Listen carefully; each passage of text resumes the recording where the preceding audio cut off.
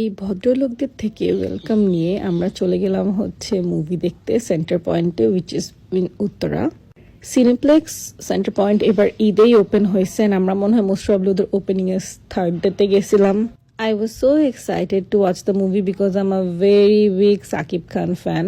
প্রিয়তমা থেকে বেসিক্যালি আমি ওর ফ্যান হয়েছি, এর আগে ছিলাম না।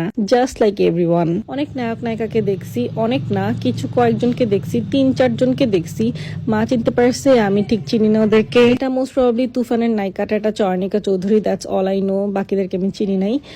এনিওয়েজ, তুফানের সাথে কম্পেয়ার করলে বরবাদ ওয়াজ নাথিং। স্টোরি লাইনটা যেভাবে সাজাইছে আমার ভালো লাগে নাই। I was expecting more. I was just waiting for twist and I was just waiting for more things, but আমি হতাশ হয়েছি। বাট সাকিব খানের ড্রেস আপ যে করছেন, মেকআপ যে করছে, ওয়েল ডান। মেবি সবাই আমার মতন তুফান দেখেই এটা আসছে দেখতে।